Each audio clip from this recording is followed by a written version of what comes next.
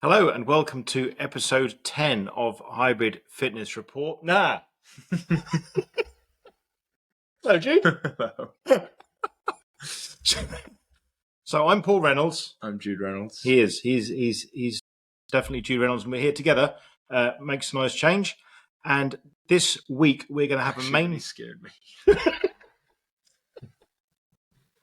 That's what I'm all about, man. Freaking you out, disconcerting you, and making things awkward. It's my game. We're good at it. Appreciate it. So this week's main feature is looking at Hyrox singles versus doubles, thinking partly about when to do each of those and also the relay, and then drilling down a bit into how to get specifically good at the different stations in the context of doing doubles and how that's actually quite different to doing a singles race. And then we have a lot of our usual entries in our lineup for the pod today. We've got our weekend workouts, workout of the week. Obviously, there's a tremendous quote that Jude's already looking forward to analysing in great depth. He that's his favourite part, I think. But first of all, just as we're getting ready to do the recording, some of the results are coming in from Hyrox Gdansk, and I think we've already got our main Hyrox headline of the week, haven't we? Yeah. So we were just looking just before we clicked record. I was messaging Michael, and he sent me a screenshot of Charlie and what he did. So he came in at 54.49, which is in not just Elite 15 qualifying standard, but in the top half of the Elite 15 qualifying standard. This is Charlie Bottrell. Charlie Bottrell, yeah. So kind of the face of my age group in terms of Hyrox. My protein athlete has a strong affiliation with Nike, or maybe he just tags him in a lot of things. Are you the biceps of your age group? I like to think so. I'm the advocate for putting that as station 9 anyway. Well, the bicep curls, right? Yeah, so Jude's the biceps of the 16 to 24. Charlie is the face of it. Okay. Yes, right. But he got 54.49. And I think his previous PB was about 3 minutes slower than that. So incredible progress in solos anyway. I think last one he did was a good half a year ago in terms of solos, because his main focus has been doubles with Ollie since then, where they qualified for the Elite 15 and have done quite well in that field. So very impressive time coming out of him. But yeah, that was sort of the main what happened over the weekend pretty much. There are a couple of hybrid events. We won't go too much into them this week. But Hyrox Gdansk is going on now, so we can't really speak too much of that other than Charlie and probably who's going to win the entire event. So well done to him. I think he always knew eventually, and I think we all knew eventually it would happen. Right. But this season, with doubles being so much of his focus, and I'm assuming training focus, I'm very surprised that he even went for it. I thought he was fully locked in with doubles. So looks like it could be another solo Elite 15 athlete who's trying on both of them. But you qualified for the Worlds in doubles last year, and you Michael opted not to do it for that very reason, right? Yeah, I think also he had to travel back quite early for work at the time. Right. But we're looking to do it this season, to do both this season. And our training loads are going to try and reflect that, so that it won't be too much of a demand to do both at a very high standard. So if you train enough, your body will adapt enough so that you can do both at a high level. Not the optimal level, but so you can do both at an optimal level. Anyway, at a good level, sorry. Okay, so a week in workouts, for me, my long run, long run, really long run this week, was supposed to be today, because I was supposed to be flying 2 days ago, but I ended up having to do my long run about 18 hours after leg day, which basically meant the first half of the long run was fine, and the second half of the long run was a bit... Felt like you just done a leg day. Felt like I just done a leg day. But other than that, I got it done, so I'm happy with that. But nothing outrageous or exceptional about my weekend workouts, other than that slightly leggy end. What about you? Similar. I did my longest run in a while, which isn't too crazy either. I think mine's always based on time, so I did 90 minutes. Is that long? Very long. For someone your age? Kind of long. Yeah? Yeah. 90 minutes. Very impressive. At 4:58, and making sure that the heart rate doesn't go into zone 3. I think average 125 heart rate, 4:58. So my zone 2 pace isn't getting any quicker, but my average heart rate is coming down. So that's really good to see. So that's just a small indicator of fitness. Some people wonder, am I improving? Am I not? But if your pace isn't improving but your heart rate is coming down, that's a sign that I'm improving. So I'm happy with that. And then on top of that, just did some threshold run, double threshold days. And what's a double threshold day? Well, I 2 do sets of running. No, it could be, but I do the running always in the morning. So I'm meant to have 2 double threshold sessions, one midweek and then one on the weekend. But because of work, I usually can't do the double during the week. So I merge that. That's when I do the run threshold. But during the weekend, I can do both. So I'll do the run in the morning and I'll do ergs in the evening. So I did 4 times 6 minutes with a minute 12 rest run in the morning. And then I did 6 times 4 minutes with 48 seconds rest on the row and ski in the evening. So those are my 2 main ones from this week. Okay. And anything on that changing particularly next week, or is it same kind of routine? Same routine. Okay. Same routine. Last week's workout of the week was an EMOM, every minute on the minute for 12 minutes. And after a little bit of negotiation on air, Jude allowed, which is very generous of him, he allowed me not to add 3 kilos because I struggle with addition when it comes to wall balls, at least. So I did a race weight wall ball. You did point out that you'd never done more than 100 before. I did 100 in Warsaw, Hyrox, and I thought I was going to die. So I thought adding 3 kilos to that, for more reps, might not have been a good, sensible idea as a.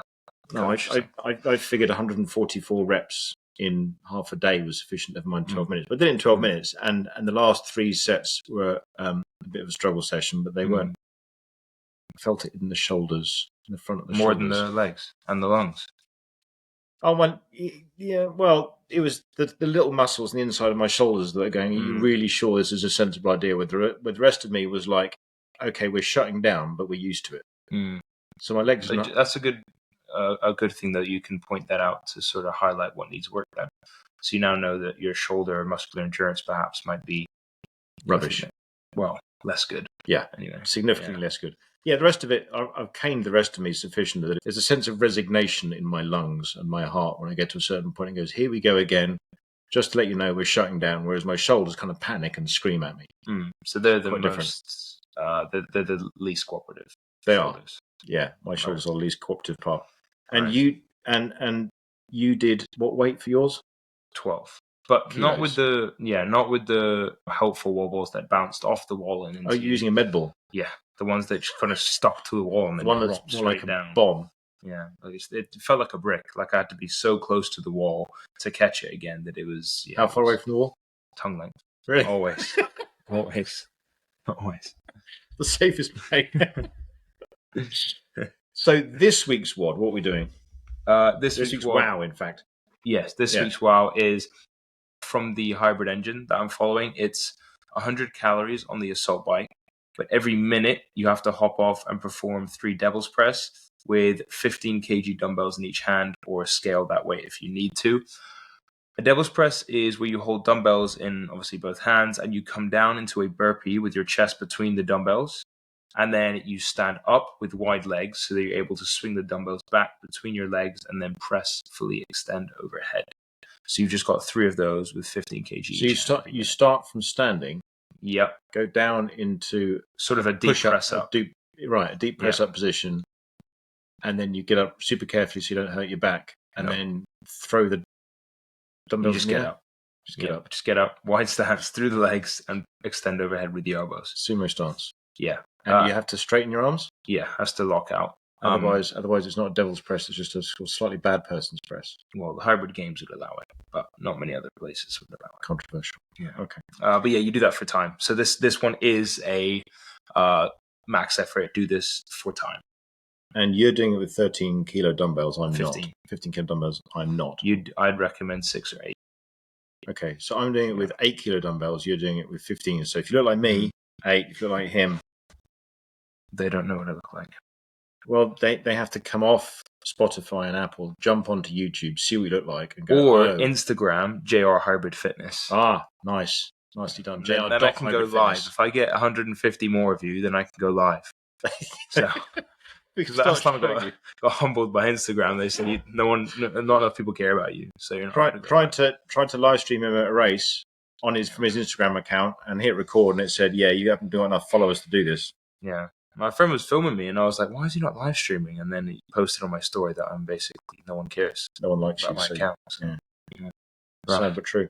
Okay, before we get into our main feature, this week's podcast is sponsored by WoDLETE, functional fitness clothing company. WoDLETE is more than apparel.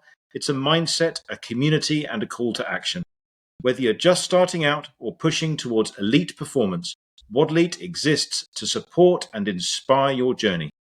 We believe in consistency over perfection, growth over ego, and the long game over quick wins. Head to wodlete.co.uk, that's WODLETE.co.uk, and check out their autumn-winter range, with free delivery on all orders over £50. And use code HFRPOD20, that's HFRPOD20, for 20% off your order. On to our main feature, Jude. You wanted to talk to us about first of all, the difference between the different Hyrox formats. So Hyrox singles and doubles and relay. How are they different? Why might you do one rather than the other, depending on where you're at in your fitness journey or what you're trying to achieve? And then we'll drill a bit down into how you handle different stations. So I think if we start with what are they? Solos is where you complete the entire Hyrox workout by yourself. So that's 8 1K runs, and that's all 8 of the stations. Doubles is where you both do all of the runs, but you can split up the stations how you like. So one of you could do the whole 1,000 meters on the ski erg, and one of you could do none, and then you could run, and then one of you could do the whole 50-meter sled push, or you could split it 50-50. So hypothetically, you could do doubles with one person who did everything and one person who only ran. Yes. Hypothetically. Yeah. There's currently there are no restrictions on how much each of you have to do. Right. So you split that how you want. Stations you split, runs you do the same. Right. And then relay is strictly 2 stations and 2 runs each. So it will be, you can choose whichever stations you want. Say one of you wants to do the sled push and the ski erg. Don't know why you do that combination, but one of you could do that. Not a good idea. For the relay, you'd want ideally as much rest in between the stations as you can. Okay. So that's the structure of the 3 of them. Now, sort of which one should you do? No right answer. I think if it's your first ever time going into hybrid racing and you just want a bit of fun and you've got a friend that's equally interested, I think doubles would be a good place to start. I think you can both do it together, think about tactics together, train together, learn the transitions together, learn what you're good at together. And that could just sort of be a very communal way of doing Hyrox as your first sort of experience and sort of ease your way into the solo. If you're wanting more of like a test of fitness, I think that's more, you'd go down the solo route for that. So what can I do myself with no one else helping me out? The relay is a good introduction as well, though, isn't it? Because you don't have to have the same level of fitness. So when my dad, your granddad, was with us in the relay, he hadn't really been training. So he's fit because he runs a lot. And then he worked on the ski and he worked on the rower because he could do that fairly straightforwardly. And at his age, there was far less risk of anything bad happening. Yeah, I think in terms of injury risk and people who aren't incredibly fit or looking to take Hyrox super seriously, well, they haven't trained the specific movements. Yeah, right. I think a relay is a great introduction in that sense because you only have 2 movements and 2 runs. I think if you're looking to take Hyrox seriously at a competitive level, relay wouldn't be much use. But again, it's a great way for Hyrox to include inclusivity, just enabling people to get a taste of it. You just don't go into the relay thinking that you'll do it and be quite full of energy afterwards, because the fact that you're only doing 2 things means, and the fact that everyone around you is racing means you will go really hard at everything. So your body won't be as beaten up, but you'll definitely feel it after. Intensity definitely dictates difficulty. Because even though I'd run I ran either pro doubles or pro solos the day before, or hours before, I forget. I think it was the day before, and then did the relay after. Even at that point, I was thinking, yeah, it'll be fine. But it was one of the hardest things that I've done. I think Ollie Russell, doubles elite 15 athlete, I came out at the same time in one of the runs leading into the burpees, and then I ran Ollie's pace in a relay going into the burpees, then did the burpees, then had to run back, and just that 4 or 5 minutes of total work was enough to completely ruin me. That was messy before the lunges. So yeah, definitely. It all depends about the intensity, to be honest. Right. So, do you want to get into how you approach the different stations differently depending on whether you're doing a singles or a doubles? Yeah, so we can do it by station. I think that's a good chronological way of doing it. So with the ski erg, I think the thing for solos would be not letting adrenaline get the best of you, because it's the first station. You're probably feeling hopefully quite fresh after that first run. And the biggest thing I would do it would be, if you know your race pace. So if you've done a sim and it's gone well, stick to that pace that you did the ski at, regardless of how good you feel. If you feel amazing, you're like, I did 145 in the sim per 500. I was holding 145 in the sim and it felt great. Don't go to 144. Don't go to 143. Try and hold the exact same pace as you were doing in your sim if it was close enough to the event. Because if you did that in the sim and it worked, you don't know the effects it's going to have on your body if you try and go quicker, because in that split second, you're feeling really good. Right. You've probably not gained a huge amount of fitness in the 3 weeks since your sim, so there's no point in pushing it because you feel great at that time. You probably won't after, because you're not used to that pace. Stick to what you've done in training, stick to what's worked. After that, review how it felt and if you could have gone quicker. Don't do it during the race. So I think stick to your plan in solos. That'd be my best piece of advice for that. And then in doubles, I think the changeover on ski is so quick. All you have to do is put the handle back and step to the side. Speaking of step to the side, step to the same side every time on every station. So just before we get into everything else, whenever you're changing over, establish before the race, whoever's on the station, step off to the right, other person comes in, so that you're not sort of hitting each other, coming both in from the left, both in from the right. If you're on the ski, think about every single time we exit the station, go to the right, you go to the right, your partner comes in straight from behind. So you're not, like I said, bumping into each other on that respect. Yeah. I think don't be afraid to change over on the ski erg if your pace drastically falls off, because the changeover is so quick. Like I said, all you've got to do is put the handle back and step on the platform. And the fan internally will keep spinning for a little while. So as long as you're quick on the transition, you can maintain your pace pretty easily.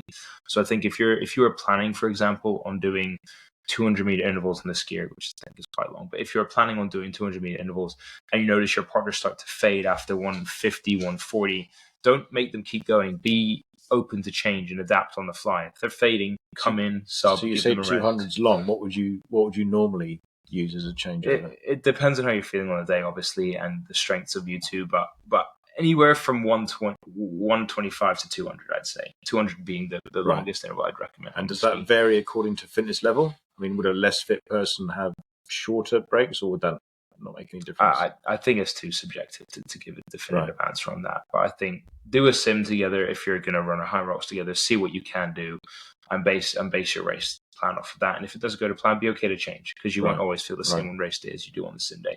So I think keep the interval shorter on the ski than you would on the row, and be quick with the changeover. You can lose a lot of time by just drifting off or not paying attention. Make sure you're focused when you're not skiing. It's easy to lose focus or smile and look around while you're not working, but stay focused on the task at hand, which is to ski as quickly as you can at a maintainable pace. So the sled push then, station 2. Yeah, sled push station 2. I think solos, I'm not going to say never do a full length unbroken, because for some top end guys, Elite 15 athletes, that has worked in the past and they've been able to come off it okay. I would recommend to most 99% of people to not push a full length, especially with the new carpet being apparently a bit harder than last season. I think stop yourself. Don't let yourself push until failure, because then it takes a lot longer to recover. So always stop when you feel that lactate building up, before you feel like your legs are made of lead, I think. So for me, I stop anywhere from 1 to maximum 2 times per length. If you feel like you need to stop more, stop more. I don't think you should just push it because you did in training with only 2 breaks and you think, no, I can't possibly take a third because I did in training. Maybe you're not feeling up to it, and if you push it more than you did in training on race day, you'll pay for it later. So I think listen to your body, just like every station. Don't push it until you can't push it anymore. Stop before you get to that point. And count in your head. I think in solos particularly, when you're pushing, I was a victim of this, culprit of this. would you call it, in Chicago, where I would push and I would stop and I would let my mind wander and I'd have stopped for 15 seconds. And at the non-competitive level, it doesn't matter. Take a rest as long as you feel like you need it and push again. Yay! So pressure Long for you rest is for me. off. Brilliant. It's off. Excellent. But if you're looking... Except in doubles. Except in doubles where the pressure is back on again. Yeah, because you have someone else that you need to knock down, you need to focus for. There we go. So doubles, there's not too much of a difference on sled push. I would always recommend half lengths on sled push and doubles, unless one of you is significantly weaker. I think if you're both around the same level, I would always do half lengths. That just hypothetically speaking, does that go for mixed doubles? It does go for mixed doubles. Yeah. But I would always recommend the stronger person taking the majority of the sled. So if you were going to do it with a female, for example, I would hypothetically, theoretically, have to put it on you to do more of the sled work, and then let her do more of the burpees and the lunges, perhaps. Suits me fine. Yeah. And I also think, particularly with this one, have the stronger runner finish the sled, because a sled is something that takes a lot out of your running, and I think more than most stations, this one should be the one that the stronger runner finishes it on, right? So the weaker runner can have a little bit of pre before they start again. Okay, cool. So now we are onto the sled pull, which has apparently got even harder with the new carpet than the push has, right? Yeah, the times have been coming really, really slowly this season compared to last season on the pole. I think people's technique was going under the radar in terms of how bad it was last season, but this season it's being highlighted. You can't get away with it. No. Right. So I think make sure in both divisions that you're staying low on the sled, especially on the push. But yeah, going back to the pole, I think when me and Michael did this, we did full lengths, and that really worked well for us. I'm not going to be one of those people that say, well, it worked for me, so it'll work for you. I don't know. But for me and Michael, and how our strengths and weaknesses lie, two full lengths each really worked on the pole. It wasn't too difficult, too taxing, and we got a full length of rest. Now, the further away the sled is from you, just because of how physics works, the harder it's going to be. So if you're getting quite technical, I would say physically the stronger athlete should be, if you're doing half lengths on the pole, which is also an option in doubles, for the stronger person to pull it when it's furthest, and then once you've pulled it halfway, your partner can then come in and pull it when it's closer. And to be honest with that, with doubles, I would also say have your partner stand at the back of the box with their hand out. Yeah, it's like stopping you, because they are so strict. Now, I don't know about the open division, because I've heard they're a little bit more lax with the rules, but have your partner stand behind you and stop you from stepping. Yeah, you can't rely on it, and you can't rely on them being more lax in the open. And I've seen quite a few videos of it. It seems quite straightforward. Now that we know that they're going to be strict with it, is literally just have your partner stood there with their forearm out, so you don't have to look. You just keep you go back and back, and then you bump into your partner's arm and you stop. So if you don't know that, you get, I forgot the exact measurement now, but you have a box in which you can stand if you're working on the sled pull, and if you step out of it or in front of it or on any line, you get a penalty. So if you have a partner standing on the line, if you step on the line, you get a penalty. So the line is out. The line is out. So if your partner is behind you, physically stopping you from walking back any further to touch the back of the box, then that just gives you a sort of a tactile point as to which you need to stop pulling. Yeah. So I think stand behind them. Stronger athlete, if we're getting technical, pull first when it's further away. Slightly weaker athlete, pull when it's closer to make it a little bit easier. And other than that, half to full lengths, I think. If you're both capable, I would definitely think about doing no less than half lengths on the pull, because I think the changeover with the rope management can get a bit awkward, because the rope tends to curl up a lot more in doubles, because you both discard it in different ways. Right. Supposedly. So I would think keep it to half length and full length if you're both sort of on the stronger side of a Hyrox athlete, I think. And on the penalties for the box, do you get a first warning with this? Yeah, you get a warning, and then after the warning, if you do it again, you get a penalty. Okay. I think it's 15 seconds per line infraction. Touch. Yeah. Okay. Infraction. And then on to your favourite station, the burpee broad jumps. Yeah, definitely. Something I've been working a lot on, but still. Are you going to have Michael do all of those, or going to help him out? Ideally, I'm definitely going to have Kieran to take most of them.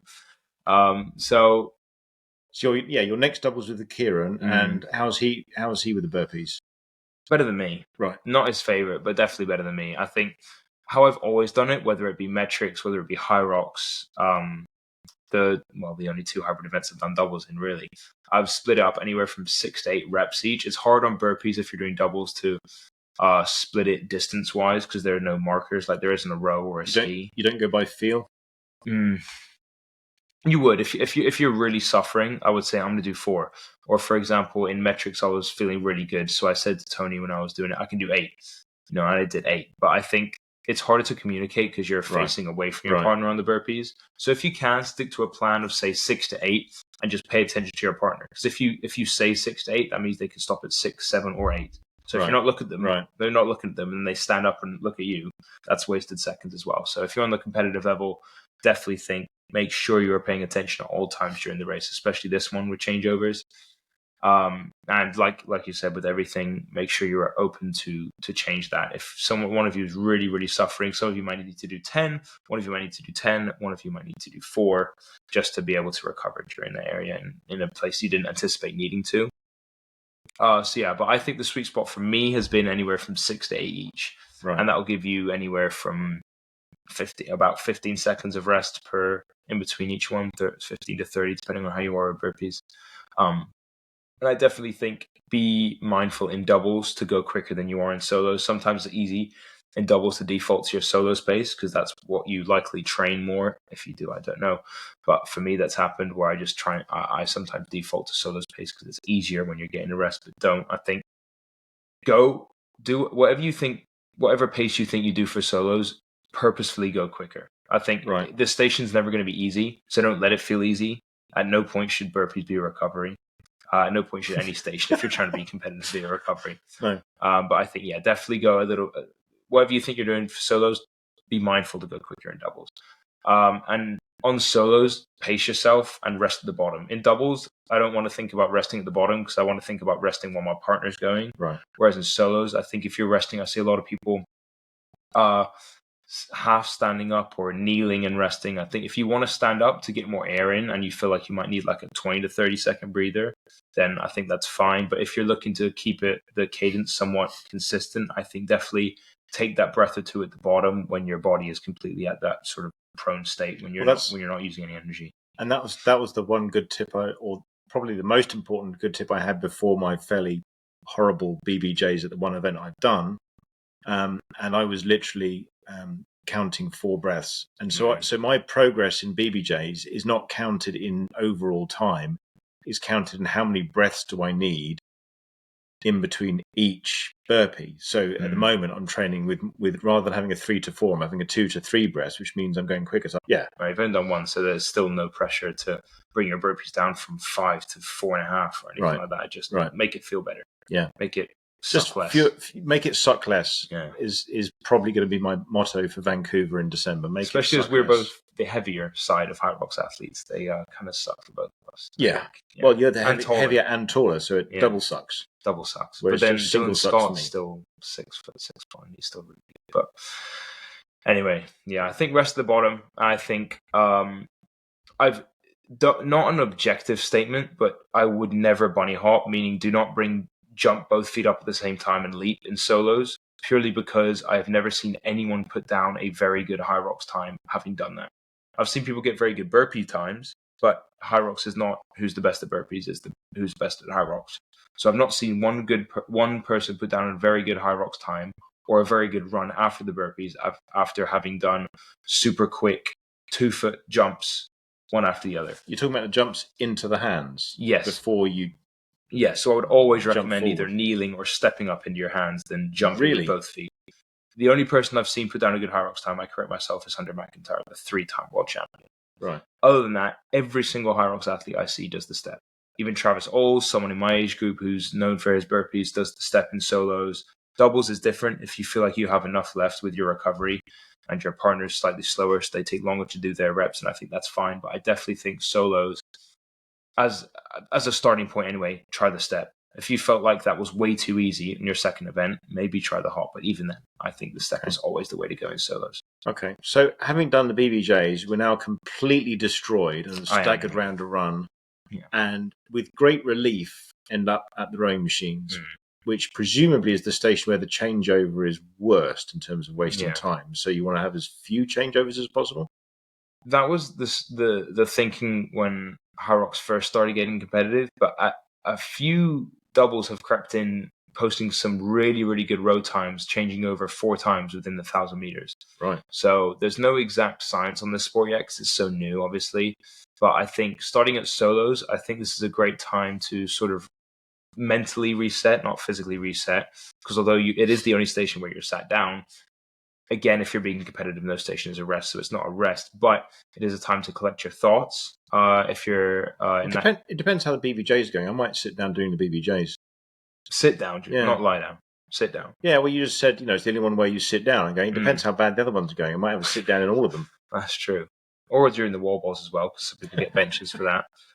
Yep. Yeah, so if you can avoid it, okay, right. Don't sit down. The only one where you're supposed to sit down. The only one we're supposed to sit down. Right. Yeah. That's why you took forever in Warsaw, the burpees. Because I kept sitting down. Yeah.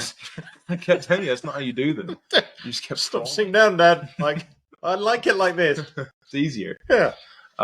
So the only station that you're meant to sit down in, And you're saying that the elites are now going from one changeover to possibly 500 meters each, so just one change to possibly doing 250 meters each. Yeah, even though you'd think it would take longer. Yeah, so I've even seen some good doubles do 200s. Yikes. So I don't know about that, and again, that depends on your strengths as a duo. So you should either be maybe taking it a little bit easier if you don't feel as good, or sticking to the pace that worked in training on the row. Again, the row, you have a screen in front of you showing your exact pace, so there's no excuse to sort of be not knowing where you are. You know exactly how quick you're going, stick to that. And is this the energy gel station?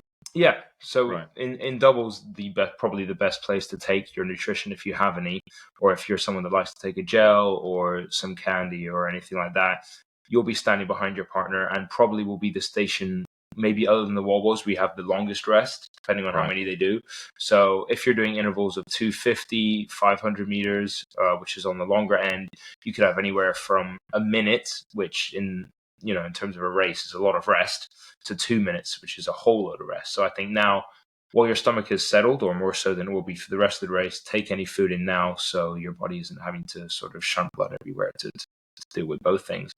And keep the changeovers less frequent than the skier, but they don't have to be just one and that's it. I think if you can be really efficient with your transitions and know where you're getting out on the row, how to get into the row, how to start the fan up quickly again, I think I don't mind doing maybe 250s, but I wouldn't personally, if you're not confident with your changeovers, do any less than 250, because that would mean you have to change over really quite frequently. Right. So you'd want a maximum of 3 changeovers. So 1, 2, or 3 changeovers, basically. Yeah. And would you and your partner play that by ear? Would you say, look, we'll plan on 1 changeover, but we'll see how we feel? Or would you go, we're going to have a plan and we have to stick to it? Because like you mentioned, when you're facing away from your partner, it's harder to say, I think I'd like to change now.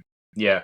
I think on every station, always be open to change. At no point should you go in thinking, no matter how bad or good I feel, I'm going to do this. I think every single station, be okay to change it. And usually with the row, from my experience, I communicate before the row on the run. So when you can be right next to each other, I think either before that, tell them, I'm really suffering. Can you take, say, if you're planning on doing 250, say, can you take the first 350 and then we'll manage it from there? And so you do 350 and then they go back to your 250 plan from that point and then just finish on whatever the distance is left after that. But I think communicate before the row, because you know how you're going to feel on the row before you get into the row, because it's a matter of 30 seconds. So I think if you're going to deviate from the plan, don't do it on the row, but do on the run before it. Okay. So, so you can't be that flexible on the row. I would advise, unless you're injured, to just go completely off plan when you sit on the machine. You just hop off. Communication is just too much of a nightmare because you got the noise of the fan as well. So and your partner could be taking a gel and they could have to throw it and then disregard the nutrition, which for them could be really, if not physiologically important, mentally important. So stick to the plan. Okay, so have a plan for the rower and probably stick to it. So after that, and so these 2 stations for me are 2 of my favourite ones. Was the rower, because I've done it before. Oh, you don't mean the rower? I don't mean the next 2. I mean the no. I mean the rower. Don't go and look up Paul Reynolds' Warsaw lunchtime, whatever you do. Don't. No. Or the pictures of you laughing at me while I'm screaming and dying. I wasn't laughing at him, by the way. You were just grinning in embarrassment at your... No, I was actually shouting at you. I was helpful. After I was laughing at you, when we were looking at the split, but during it, I was helpful. I thought I was going to die. It wasn't 9 minutes, was it? No, that was my wall balls. Yeah. Yeah, rough race. Well, rough end to a race. Bearing in mind, I was shooting, not to get too far off the subject, but bearing in mind I was shooting for a sub 2 hours and I came in just under 138. No, classic example of someone giving a target so easy that they have no choice but to be happy with the outcome. He was not. I was not happy with the outcome because I was a wreck of a man. No. Every single time we've done a WoW, you've always undershot yourself to make it so that if you don't hit it, you go, oh, it's fine.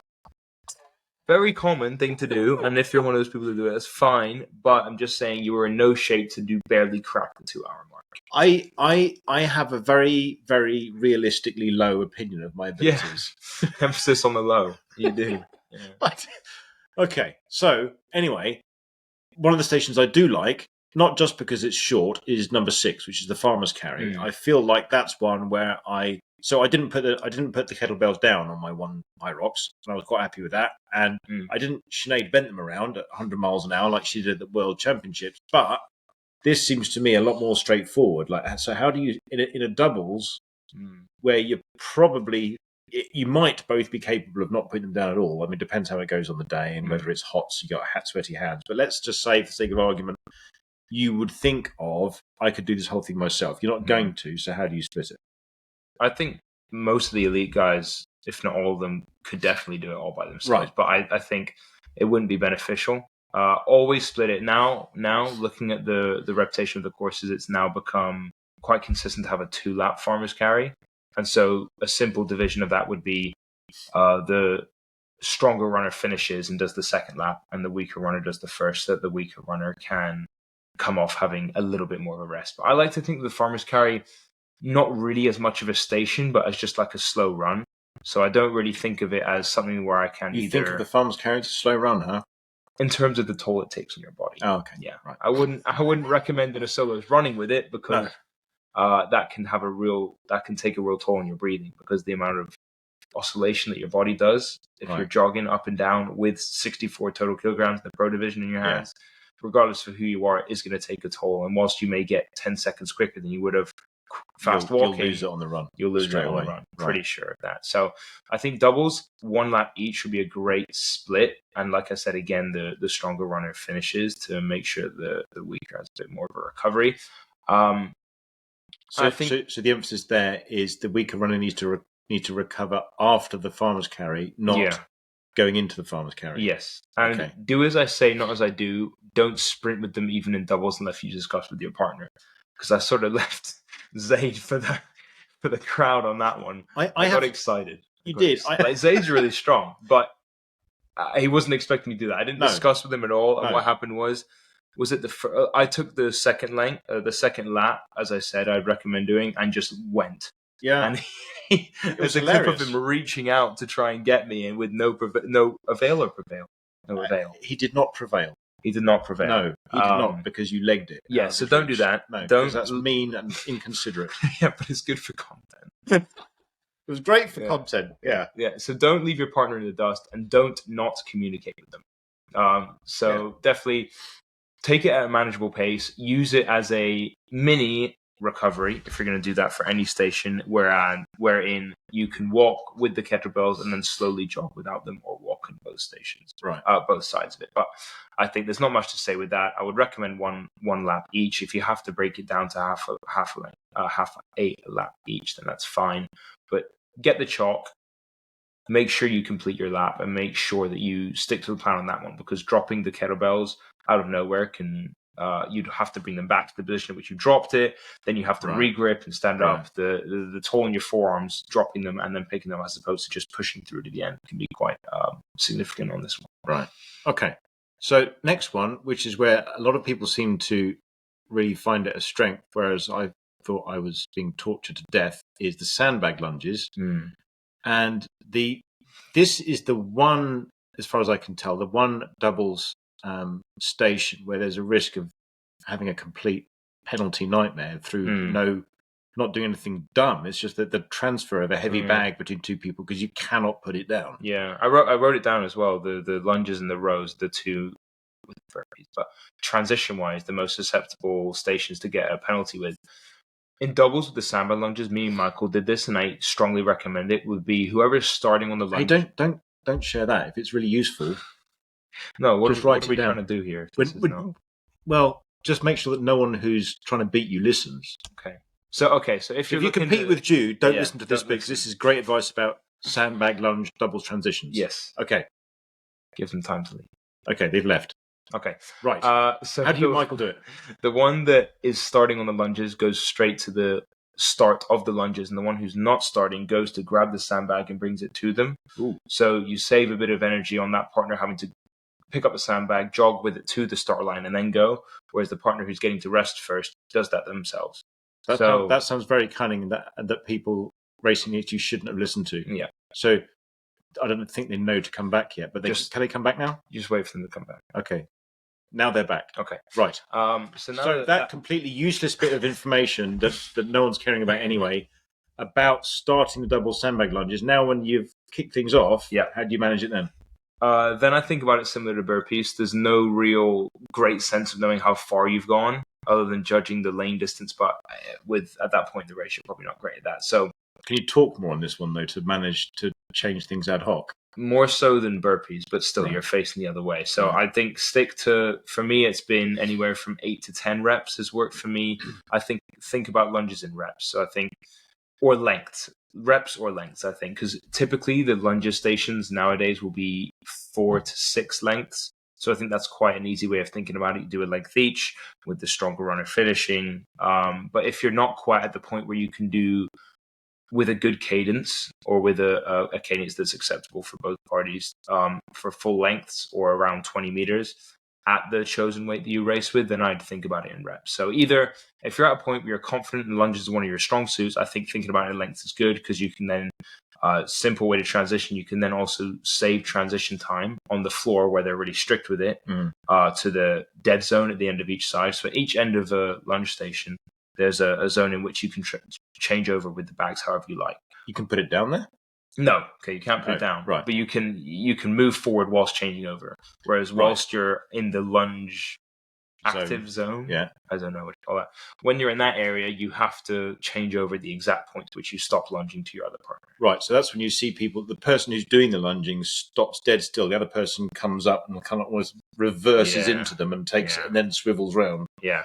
But if you're changing over we'll call it the active zone now. So that's what it's called now. If you're changing over in the active zone, I would always recommend once you've finished, if your partner's behind you, they either go back to back, take it from your back and start from that point, or you finish, you take one step back, allow them to come where you were. So the person taking it from you is facing the right way. Yes, they're facing forward, and then you bring it off your own back onto their shoulders, I think. So if you're about to get a rest, do some more work. Okay, So those are the two options, either back to back or the person who's handing over it does the work for that partner. Right. But I would recommend, if you can, get to a level where you're confident doing 20-meter stretches so that you can change over a lot easier with a lot less pressure of getting a penalty by moving forward incrementally. Or anything like that. So don't change over in the active zone. If you can help it. Unless you're going to die. Yeah. Okay. Yeah. And one more run, and then to the final station, the wall balls, where this presumably differs slightly also depending on whether it's mixed doubles or single-sex doubles, right? Because I've heard specific recommendations on mixed doubles. Yeah. I think this is the only station where I'm going to talk about the run before, which I think could be quite key if you're competitive, and that I think the stronger runner takes that run as quickly as they are able to while saving some for wall balls, because that partner only has that run to do. So that weaker runner, all they have to think about is for the next, say, 4 minutes, I have to keep up with my partner, run the quickest lap we run. And then if they've run as quickly as they can while saving anywhere from 20 to 30 wall balls, I'll have to run that. I'll be completely spent, but then I'll get a minute recovery. And they know that. So that quicker runner, take that run as quickly as they can, disregard the other runner. And that other runner has the responsibility purely of keeping up, knowing they'll get a good rest when they get to the wall balls. Because that's it. That's the last station. So when you say disregarding the runner, you're assuming that there are similar standards so that the first person can go for it, knowing the other person will more or less keep up, even if it's a struggle. So obviously, unless they're a lap behind you, I would always recommend go, and then just that other partner just has to get in the mindset of this is it. After this, all I have to do is say 50 squats with the ball. and I'm done. So I think keep up with your partner at all costs. Let them start the wall balls. And then I think this is where the adrenaline kicks back in, because you see the finish line, you're in a Thunderdome, everyone's cheering, the finish line's right there. If only adrenaline lasted 9 minutes. 9.5. That'd be nice. Yeah. But I think... And how do you split it up? If you're doing mixed, I think women, this is another station where you can shine because your target's lower, so your cadence will be quicker. But isn't that offset by the fact that the reason the target's lower is because women are on average shorter, therefore isn't the cadence going to be the same as a guy? No one is it depends on the height. So people were like, why don't you make everyone over 5'6" use this target and everyone under 5'6" use this target? I don't know. At the end of the day, women's target is shorter, and if there's only a few inches between you, it can be a lot more beneficial if the female decent at wall balls to have them do the majority of it. But again, on the day, I'm not going to tell you to do more or less depending on if you're a guy or a girl, or if you're both guys or girls. It doesn't really matter. Whoever feels good, I think the runner who enters and starts the wall balls, I think do as many as you can, because that could give your partner up to say 90 seconds of rest, at which point they should be gone. They should be almost fully recovered. I wouldn't go to absolute failure. That's what I was going to ask. No, because again, once you go to absolute failure, there's that line, and if you cross it, your recovery goes from I can recover within 30, 60 seconds to it will take me up to 2 minutes. Right. So, and also muscularly as well, aerobically, you can recover a lot quicker than you can muscularly. Right. If you've gone too far muscularly and you've pushed your legs to the point where you can't squat again, you're probably out of action for the next couple of minutes. So again, good point. Don't push it to complete failure, but push it pretty close to it. You've got to know your body enough to find a line where in 5 reps time I probably can do a few. So get to within 5 reps of failure. Ish. Yeah. I think if you're competitive, I think speak with your partner and tell them we need a change. If you notice their cadence is visibly slowing down, I think be like, you're slowing down, let's change in 4, in 3, in 2. That could work. Or if you're not competitive, just when you get really tired, I think change your. If you've decided before 20s, for example, like go with 20s. And then if you stop short, wall balls is a super obvious thing to see when your partner stops because the ball just drops. And that is how you change. You literally just drop it and get out of the way. You can't pass in Hyrox, so don't pass the ball to your partner. Make sure you drop it. And the thing is, in doubles, like I said, it's the last station. Everything you have left, you completely empty it. Same as solos. In solos, I like to chunk the wall balls. I think about in my head. This isn't chunking, but I like to think in my head, if I can get to, say, 60, then I just have 10 more reps, which I know I can do, at which point I can get into the 20s. And then if I have 20s left in wall balls, that's nothing. Right. So you always think, if I can get to X, then I only have X left. Yeah. But for me, that really works. I think that's a way. In training, I'm like, you kidding me? You can't squat with 9 kg 20 times? Are you serious? So now, okay, so Disney Marathon 20, stick with me, 5 years ago, whatever it was, I get to the 20-mile mark and I am in so much pain and I am slowing down. Yeah. And I phoned you up, or I phoned Mum up, and she spoke to me, and then she handed the phone to you, and then you said to me, you've just got to do a 10K. Yeah. And part of me was like, yeah, that's the problem, you idiot. I've got to do a 10K and I've just done 20 miles. Yeah. But your point was, just think of it as a 10K. And if you think of the fact that you have done a bunch of 10Ks, doing a 10K now isn't a great idea, but it's doable. Yeah. And it worked. Yeah. I think that's where it came from. Yeah. It's my marathon cheerleading days. There we go. This mentality's come from. Yeah. But for me, that works. I think everyone has a different mental cue with wall balls. Wall balls, more than anything in solos, is mental. I think obviously if your legs can't squat anymore, then you can't squat anymore. But if you're talking about it, I just think more than any other station, wall balls is the most mentally demanding. I think if you're one of those people that can push themselves through a lot of pain, you will beat people who are better than you at wall balls. I love wall balls because I don't know. I don't know why you like them either. You don't look like you like them. What are you doing them? When you're losing the family relays with them. There it is. No. I like it because I didn't think I was going to. So the time I lost to the guy next to me in the family relay, him in red, I thought we should get in contact with them and rematch. We demand a rematch. I thought he was going to beat me by miles. So the reason I enjoyed that, even though my dad thought I was going to die because my breathing was so horrible. Also, interject. We are the only family, as far as I'm aware, that's done a 3-generation Hyrox. So if anyone cares about that, we've done it. Yeah, we have. Okay, so that's why he's saying his dad, because he's done it. But yeah. Yeah, I didn't think I was going to get anywhere near him because he was younger than me and he looked fitter than me. And then I hung with him and I was gutted at not keeping up with him at the end. And the fact that I feel completely destroyed doing it is why I like it. I don't understand what that means.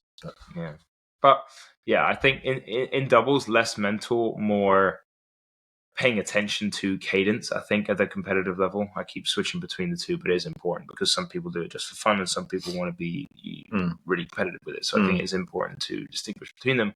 But I think if you're competitive, look at cadence. If you start to notice visually that their cadence is slowing down, it definitely is. And so then I would initiate a change, unless it's been like 3 or 4, then tell them to what you're doing. But if you're not competitive, I think just go. Think, if you know your body well enough, think about 5 till failure and then swap over. If you're both feeling good, stick to the plan, 20s, 25s, 15s, whatever you've spoken about. Stick to that if you can. Otherwise, yeah. Cool. Okay. That's it. So that is it for doubles. Any closing comments? Do you have to hold hands? You'll have to sprint away and from the jump other person? with your heels in the air and smile and say, I love Hyrox. Yeah. What was that horrible thing? Oh, didn't someone have a medical episode? A woman had a medical episode and her boyfriend what a legend. ran over the finish line while she was there getting medical attention back by the wall balls. Yeah, so that's a guy. That's dedicated to the crowd. I suppose. Except for the fact that, of course, the time didn't count because she was on the floor, so it didn't even work. So that was horrendous. Okay, it did. So that takes us on to the quickly becoming legendary League of Hybrid Fitness Sports, where we have so far done. So we're looking at the 10 aspects of fitness, and we're grading sports out of 100. We started with cricket, which scored 572. Then we did darts, which scored 56.5. And then we did football, which scored 740. And today we're going to do rugby. Now, just before we jump in, we did have a brief conversation about whether, you mentioned chess, and I said that's a game, not a sport. And then you raised the valid point of, but where do you draw the line? So this isn't according to a legal definition, which is different from a word definition, but I don't care about the legal one.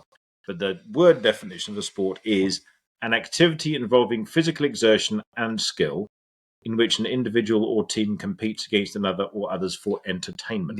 There are too many subjective terms in there. Physical exertion, what determines that? Skill, what determines that?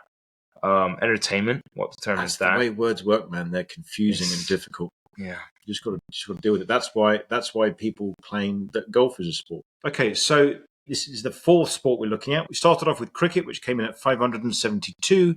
Then we did darts, which came in at 56.5, and football that came in at 740. And this week we're doing rugby, which you played for a few years, and I played for 27 minutes in the games lesson once. They put me in the front row of the scrum. It's always a blow to the ego. So not only was it a blow to the ego when they put me in the front row of the scrum, but the guy in the second row knew how you're supposed to bind on. And I'd never heard of how you bind on from the second row to the front row. All I knew, it was a very rude awakening, distinctly uncomfortable, and that was me and rugby parted forever. So, lightning quick round, cardiovascular endurance score for football, or rugby, because football was last week. You weren't going to help me. You were just going to sit there looking at me, weren't you? Figure that one out. Work it out for himself. No, depends the amount of scrums, the amount of times. Okay, so you have to pick, like with football, we have to pick a position. What's it? Oh yeah, number 7. Okay, or centre. Centre. Do centre. So number 13. Yeah. Okay. Cardiovascular endurance. I'm going to say 45. Oh really? Yeah. Why so low? Because the amount of breakdowns. Oh, okay. I'm thinking about like a little bit of a dragged out version of NFL, where there are breakdowns all the time. There are breakdowns in rugby quite frequently. And on the endurance, constant work side of things, there isn't much. So cardiovascular endurance is literally constant, not generally lots. Yeah. Okay. Yeah. Muscular endurance. Ooh, I'm going to say 80. Strength. 85. 85. Power. Remember, this is a centre, not someone in the scrum. True. If we're doing a centre. Although, try and break 70. the lines. Trying to break the lines. 70, break the lines, stop breaks. Flexibility. 25. Don't know many rugby players that could be able to touch their toes, I don't reckon. Agility. 75. Yowzers. Okay, this is getting serious. It's going to be a big one. It is a big one. Balance. 60. I did call this out from the start before we even did this table as being one of the top sports for definitely, sure. yeah. Coordination. 80. I think catching, passing, tackling in the right position. That is true. So baseball would be like 95. I guess this would baseball would be 99. Yeah, I guess this would be. It's bigger than your head. It's true, but you 65 because it's a ball sport. I mean, we're looking at the bottom end being curling here. That's that. Bottom end for what being curling? Coordination. Yeah, you have to be pretty coordinated to do curling well. Okay, well, quickly think of something. What's not a ball sport that requires almost nothing? What's not a ball sport requires running? There we go. So running would be the bottom, but then body awareness plays into coordination. Fine, 55. 55, because it is a bigger ball sport. Okay, accuracy. 40, because you also need to kick for touch really well. Not the centre. Not the centre, true, 40. Speed. Centre needs loads of it. Yeah, 85. 80? 85, okay. Yeah. 85. 80. 80, okay. 80. Pause for calculation. This is where you deliver your monologue or read poetry or something. Oh, no, you're doing that. What? Oh, you're calculating and I'm reading poetry. Yes. Shall I compare thee to a summer's day? Thou art more lowly. Lowly? More lowly. What's that? You're reading the lovely. That's lovely. A U. That's a U. I know, but that you need to get one in a modern script. That says lovely. Okay, so they used to misspell words. Lowly isn't going to Lowly and more temperate. Rough winds do fahake. Rough winds do... Stop. What is that? Fahake. Shake. That's not an F. FH goes to SH. Obviously. You need to find a modern Shake rendering. of darling's bug of May. And buds. And summer's leaf hair hath all too fore to date. Sometime too hot the eye of hoon pines. And often is his gold complexion dimmed. And Uri fair from fair fom times declines by chance of nature's changing course. Wintrimmed. It's not even English. This dude didn't know how to speak. But thy eternal summer fall not fade, nor luthe pofifion, and that fair thou oft, nor foul death brag thou wonderft in his fade, when in eternal lines to the time thou growth, so long as men car breath, or eyes can car breath. You have car breath. Of eyes can fee, so long lose this in Guy's life to thee. He sucked. Oh my gosh. He sucks. He was the greatest writer in the history of the English language, and next time I am reading the poetry you are doing the adding up. I could do better than this before I knew how to spell. You are doing the adding up. Stop. Shakespeare sucks. You are I hate that guy. A deeply ignorant man, and I'm ashamed of you. He's a writer, so. And on that bombshell, I saw it. What? Well, you're the one who scored them. So if you've scored this appreciably lower than football, I think that's on you and not me. Wow, I wonder where. Okay, go on then, because we haven't said anything. We're reacting. So here's the bombshell, folks. You see, football came in at 740 and scored by this guy. Rugby comes in just over cricket at 615. So I think my mentality must have been different when we did cricket. At surface level, I would rate rugby as a much more hybrid sport than football. Except for the fact that it stops more. Yeah, that's what took it out of it, is that rugby is constantly stopping, which takes so much out of hybrid sport. When you're constantly stopping, the more hybrid, the more you're moving. So it's an intensely physical sport, an incredibly draining sport, and the sport most likely to kill you while you're young. But I mean, just going as quick fire as it goes. I mean, take any one of those things, and I don't think you can drastically disagree with it if we're not thinking like scientifically deep down into each number. So yeah, there we have it. Football stays on top. Football stays on top. Rugby a distant second, and cricket slotting in at third, well ahead of darts. Yeah. Okay. Yeah. So before we finish, we have quote of the week, which I think, as I understand it, the new pattern for quote of the week is I read it out, I then respond to it also. Yes. And then you critique my response to the quote I picked. Yeah, I like that. Okay. Yeah. Right. So quote of the week this week is from renowned hybrid fitness athlete Neil Armstrong, who was also known for being the first human on the moon. He said, I believe every human has a finite number of heartbeats. I don't intend to waste any of mine running around doing exercises. Considering I thought it said Lance Armstrong, I got quite confused. Very different. I was like, that doesn't sound like something he would say. It also, now in fairness to the hybrid fitness athlete come astronaut Neil Armstrong, he wasn't like this wise at NASA, but basically he quit NASA and decided that moving was overrated. So he was one of these incredibly annoying, massively naturally fit people who then just didn't see the need. So he died at 82, so he didn't push the boundaries of human longevity. Wasted potential, you're saying. So I'm saying he could have had more years potentially if he worked out more, but maybe he couldn't. Maybe he was just a fit guy who died at 82, which is a perfectly reasonable age. Maybe. I do not opt to critique your response. Do you remember the more famous Neil Armstrong quote? There is a very famous Neil Armstrong quote. Yeah, there is. Yeah. One large step for man. One small step for sandbag lunge for man. One great giant push step for mankind. Yes. There we go. Okay, so next week in episode 11, we are looking at what to expect in your first Hyrox, because the first Hyrox of the UK season in Birmingham is 2 weekends from now. So we'll have a look at, if you're very new to Hyrox, what to expect there, tips, tricks, and warnings if you're hitting the floor for the first time or close to the first time. And we will also have our regulars, the week in workout, the workout of the week, and the next enthralling episode of League of Hybrid Fitness Sports. Next week's Hybrid Fitness Sport is sumo. Thank you very much for listening. I've been Paul Reynolds. I've been Jude Reynolds. Speak to you soon. Bye-bye. See ya.